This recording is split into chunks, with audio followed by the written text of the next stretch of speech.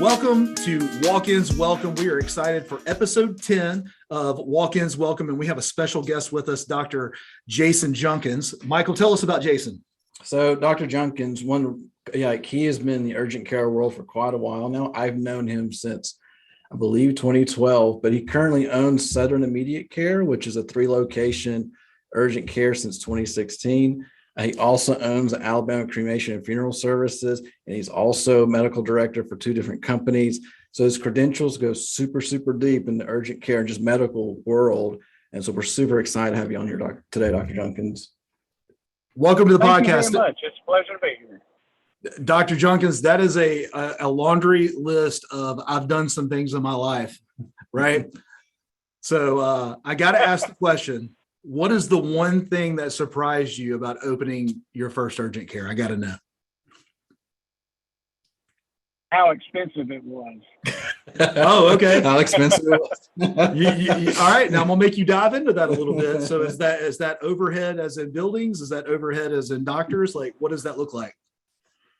Oh, just as a global concept, it's a lot more than you expect. And then you always expect to have a certain amount based off your pro forma, and then all the gotchas come along as well. So it can be an eye opener.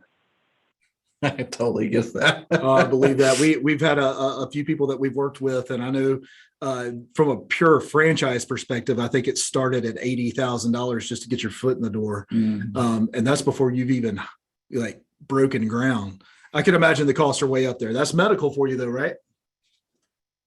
That's right. It adds to the price tag, everything you do in medical. Well, tell us a little bit about your story. I want to hear. I know that before we got on this call, we talked about you being an entrepreneur. Walk us through that path of what got you as an entrepreneur, and more importantly, of course, being a doctor moved you into urgent cares and immediate cares and cremation services, all of those things. How did you get there? Well, it's an interesting story. You know, a lot of people have a linear course through their lifetimes of their careers. Mine is more like a ball of fishing wire. And I started out in the funeral business actually as a high school student, helping the local funeral home on the weekends and doing odd jobs around there. And then actually went to mortuary school after I graduated high school. That's when I realized I wanted to be a doctor, and I thought I'd wanted to be a doctor my whole life anyway. And so I went on, finished my undergraduate work, and at that point went on to UAB to medical school, and then to South Alabama to do my residency training in internal medicine pediatrics. And I did traditional medicine for a while. Had a private practice and worked in the hospital and the clinics and did all of that. But as I did that, I was always employed by someone else. And it was several years into my career that I realized that as long as I work for somebody else, I will always make the widgets. And you're never really going to get ahead if you're the one that's making all the widgets. You can make some of the widgets, and you might have to make all the widgets for a period. But if your business model is, as the owner, you're the widget maker, you're never going to move to the next level. And so it was at that point that I took the leap back in 2012 and opened my first urgent care. And I said, live or die, I'm going to do this myself and figure it out. And I'd rather die on my own than to live with the uncertainty of being an employee for the rest of my life. And so that's when I opened my first set of clinics. I opened 3 clinics called Express Family Care, and in 2014 sold those clinics to another company and worked for them for a short period of time after the transaction, and then opened Southern Immediate Care after that. So I'm curious, how old were you when you started Express? Oh, let's see, 2012. So I would have been 40. Let's see, I get my math all mixed up. I'd have been in my early 40s. I love that time frame. I know I started my company when I was 38. I'm 42 now. And it's right about, everybody thinks that you have to start a business when you're in 20s, maybe fresh out of college or not even in college. And here you and I are cranking it out in our middle ages. I love that so much. That fires me up. Mm-hmm. So I have to ask. Oh yeah. You strike me as somebody who probably is a reader, and just what you talked about being the entrepreneur and the way that you spelled that out. Have you had a chance to read Robert Kiyosaki's Rich Dad Poor Dad? Oh yeah, that's a great book. I love that book, and that whole concept is really what woke me up to realizing that I had it all backwards. And the medical model has it even more backwards than even other businesses. Because in the medical model, the doctor, the who is usually the owner, so we'll put the doctor in the owner position, and even if he is the owner, he or she is the owner, then the doctor is making the widgets while everybody who works for the doctor is standing around waiting for the doctor to produce the product. So it just never made any sense. And I actually had read that. I can't claim that, but I'd read that somewhere, and I thought, you know what, that's true. I'm the one that's actually doing the work while everybody else waits for me to do the work. Right. That's pretty good. Well, I was fascinated by what Robert Kiyosaki said, which you figured out is what I loved about it. And I wanted to know if you read it or if you just figured it out. When he talks about that quadrant where you're either an employee or you're a business owner, you're an investor, or you have a business system, right? So that employee obviously trades hours for dollars and works for somebody. That business owner, or self-employed, if you will, they own it, but they're still trading hours for dollars. They're the ones who have to go in, and a doctor's got a doc, right? So you're in there seeing the patients and doing the things. And then there's the investor, which isn't really what we're talking about now, but the business system where you have multiple locations, multiple doctors, and now you've built almost a freedom model. Oh, exactly. I'm much more content to make less money and have more freedom. And at least in my mind, that's what the money is there for. It's not to necessarily buy stuff. It's to offer me freedom from my day-to-day prison cell. And in my world, to be confined to a room or a building all day long is, in my world, is just like being locked up in jail. You know, there's nothing wrong with that. I feel that on a personal level, Dr. Junkins. I feel like you're talking to me.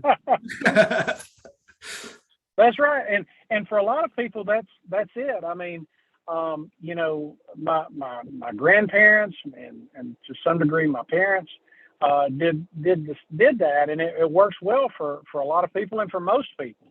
But there's a certain group of people that just doesn't work well for, and I'm one of them. I like the freedom. You know, and as you guys know, there's a ton of risk associated with being an entrepreneur, and certain people just are not interested in that degree of risk. And it is, as you guys know, it's unnerving when you first get in the business. It's like, oh man, I got to make payroll. But the longer you're in it, if you're a true entrepreneur, you grow to develop a comfort and a yin and a yang with that risk. Now, I do have to say, the older I get, the more risk averse I get, because I don't mind failing, because failing is not really what it is. It's just another learning opportunity. But there's less runway ahead of me than there is behind me. So to have to rebuild my life in my mid-50s now, I do tend to scrutinize the risks of a new challenge more than I used to. You know, for those of our listeners, I mean, obviously this is an urgent care podcast, and you work in that space. There are people that are listening to this that have, I don't know, dozens of urgent cares. Mm-hmm. And there are people that are listening to this that maybe have one, maybe they're new in the business. What have been the pros some of the pros and cons, if you will, of having a multi-location urgent care? Some people may not have that exposure yet.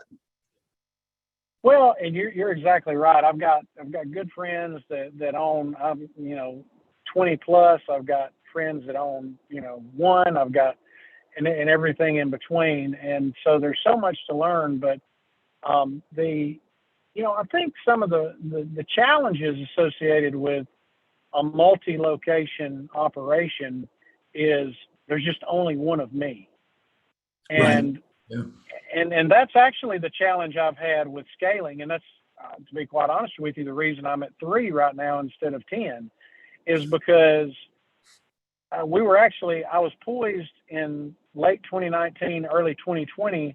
I had plans for number 4 and 5 already laid out. And when COVID hit, we had to sort of reel that back in and just make sure, nobody knew what was going to happen then. And so during the COVID crisis, we actually wound up opening a molecular lab instead of doing more clinics. And that was just sort of what was necessary at the time. And it worked out good, and it worked out really well financially, and it worked out well from a business model. But to go back to your original question, and I think if you've got listeners who own multiple sites, they would agree with this. Nobody knows the exact number, but the concept is, when I own more than one, I get up to 3 or 4 locations. Well, there's only so much of me to go around, but there's really not enough money to put in that big team, the big team that you need to go, say, 4 or 5, take me to 6, 7, or 10 locations. And so there's an inflection point where you either have to say, you know what, I'm happy at, and we'll just use my situation, I'm happy at 3, and I can still manage the day-to-day. There's enough of me to go around. But if I go 4, then I'm going to need to have a CFO. I'm going to need to have a more well-defined COO. I'm going to need to have these people. And these people, to get the right people, they cost money, and they cost a lot of money. And so you have to be okay with your margins going down while you build that team to go to the next level. So fascinating. I never would have thought when you hit that 3 to 4 mark, you just have to make a hard decision of we're going to push over this mountain or just stay where we're at. But it sounds like you know where you want to go, which is good. So what plans do you have coming into 2022? Well, right now COVID is still it's here to stay, I believe. And so the question is what does that look like?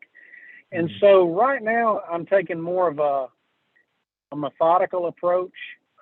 Generally I'm pretty much, throw caution to the wind. Let's throw Jello up against the wall, see if it sticks, and hey, let's open this clinic. And if it does, great. If it doesn't, then we'll move somewhere else. I am trying to be a little more intentional about what I'm doing. So growth is still on the horizon. So I think the question is what does that look like? We clearly need to increase our number of clinics at some point.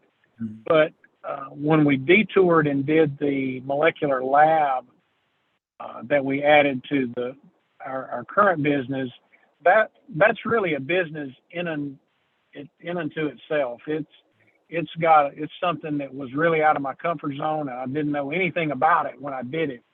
And so we had a steep learning curve, but it's actually turned out to be quite interesting and has much better margins actually than opening clinics. And so right now we're trying to figure out where we go with that. Do we need to take it to the next clinic level? Do we need to focus more on the lab? And so right now, a lot of that is determined by what COVID does, and Omicron. Now, we do more than COVID in our molecular lab, but obviously with all that's going on, COVID is sort of front and center. So once we sort of get a feeling of where COVID is going to sort of settle out, then we'll know more about which direction we're going to go. I think it's going to become more of, like flu and everything else. It's going to be part of our everyday lives. I don't think it's going away. So I think once we know that for sure, at that point, we can look more towards growth and which direction we take after that. So talking about growth, so on this podcast, we're all about marketing with urgent cares. From your experience, because you've now gone through two separate urgent care companies, what tends to be what marketing do you end up doing typically?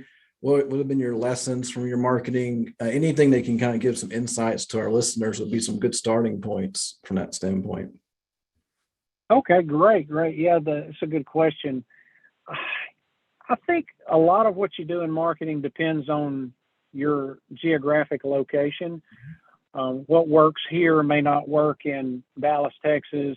What works in Birmingham may not work well in Gadsden. Oh, yeah. So I think geography plays a lot with it, but clearly internet marketing is at the top of the food chain where all that goes. If you don't have a good internet presence, then that's going to limit your growth. Mm-hmm. But I've never used a lot in the way of billboards. I actually have a couple of billboards.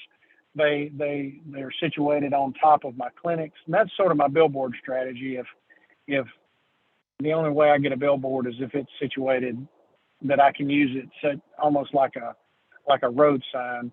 Yeah. I actually in my areas tend to be smaller communities. I've had a lot of success with direct mail when we open up a new clinic too. So I always have a direct mail component, but digital is, and the internet is definitely front and center. Facebook, utilizing that helps.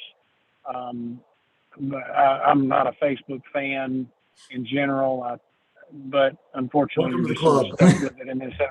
I have a marketing podcast by digital marketers who aren't fans of Facebook, not because we can't do it. Actually, we're good at it, but it's such a frustrating platform. So I feel you. It's a struggle sometimes. Oh, it is. Well, and because it gives people an opportunity to make claims against you in a negative aspect that you, as a healthcare provider, because of HIPAA laws and things like that, you're basically a sitting duck. And Right. whatever anybody says, you can't refute it, you can't explain it, you can't. And the older I've gotten, the thing I've learned is no matter whether it's in business or in life or at the house with your wife or your kids, there's always two sides of the story. And the truth is somewhere probably in between. And so, yeah, Facebook to me has been just a necessary evil. I can't stand it, but you have to have it. And it's just, if it went away tomorrow, if they shut it down, I'd be at the front of the line. Well, they kind of did. They renamed it because they knew the writing was on the wall. Gosh, it was.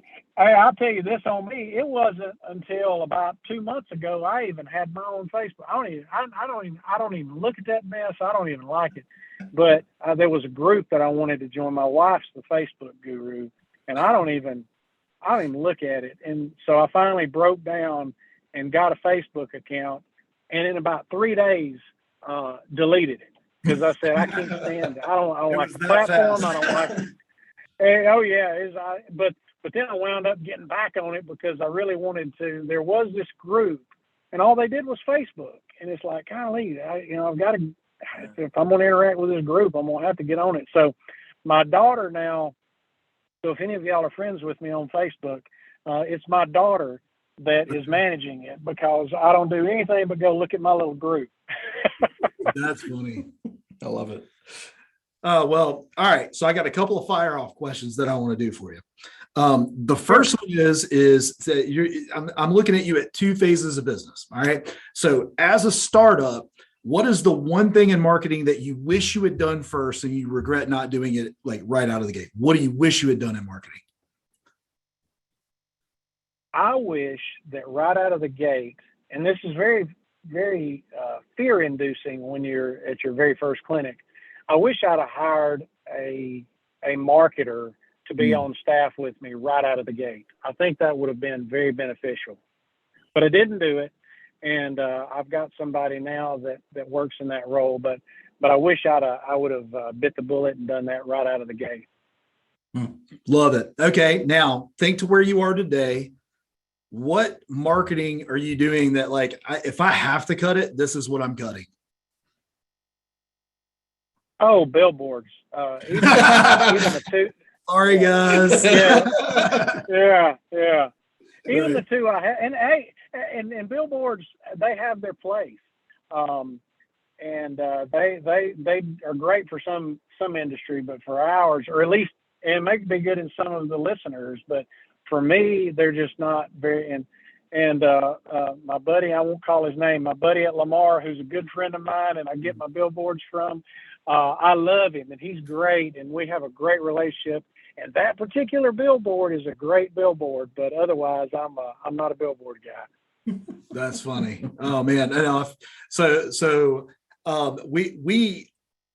We talk about all different kinds of marketing. It all comes down at the end and like, what is the goal? What are the metrics you're trying to measure? So I'll ask you, now that you've grown, what do you measure? What do you call success in marketing? Like, what does a win look like? Well, it's two phases. Number one is to get the patient in the door, but the second part of that is if the patient comes in the door and they don't remain your patient, then you've created a bigger problem than you had before they were your patient.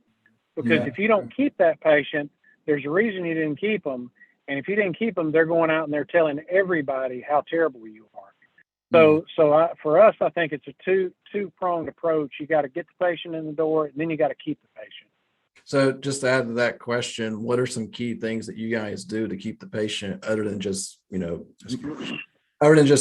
a good doctor and diagnosing, but beyond that, how else do you try to keep that patient as an ongoing one? Well, I try to dumb things down because I'm not very smart, and I just have to keep it straightforward. And what we talk about in our meetings is I have really three big things. And the first, of course, is good medical care, because if you don't deliver good medical care, everything else is off. Yeah. The second is time. We try as hard as we can to get every patient in and out the door within an hour. In the summertime, that's real easy. In the wintertime, especially with COVID, it's virtually impossible. But our metric that we use is that 1 hour to try to get them in and out. And then the last component of that is be nice about it. We want to be kind to people, and because people don't feel good when they come to the doctor, and it can be a challenge to take care of folks that don't feel good, and it can be a challenge to deal with doctors and providers that aren't very nice to people. So what we want to do is we want to try to make the patient care experience a positive one by being nice to people, kind to people, being empathetic to whatever's going on. And we try. We're not always successful, but we sure do try. So I'm not going to say who it is because we have a lot of urgent cares that we work with. But we have one that gets 1 star after 1 star after 1 star after 1 star. Two things that I take away from that, Dr. Junkins, is one, we're bringing them a ton of patients, and two, they're not handling them well. So I'm positive about those two things. It's one thing to get that 1 star review from time to time, but when they're coming up twice a day, you know what I mean? Like, oh yeah. And it brings up my favorite quote from Dave Ramsey, and I'm sure he got it somewhere else, but a great marketing campaign will make a poor business model fail faster. So yes, go ahead. Sorry. No, you saying that from Dave Ramsey. I'll give credit to, I don't know if you guys follow Keith Cunningham. Keith Cunningham has a course called the 4-Day MBA, and he's written several books. Phenomenal businessman. But very similar to that comment is, all growth is not good. And if you grow a tumor, that's not a good thing. Man, that's so good. All right, I'm going to give you credit for that twice, and then it's mine forever. We'll let you know that's right. All right. Dr. Junkins, man, I'm telling you, we've both had a good time on this podcast with you today. We do our very best to keep these things 20 minutes or less for that commute, for that urgent care provider that's trying to get back and forth.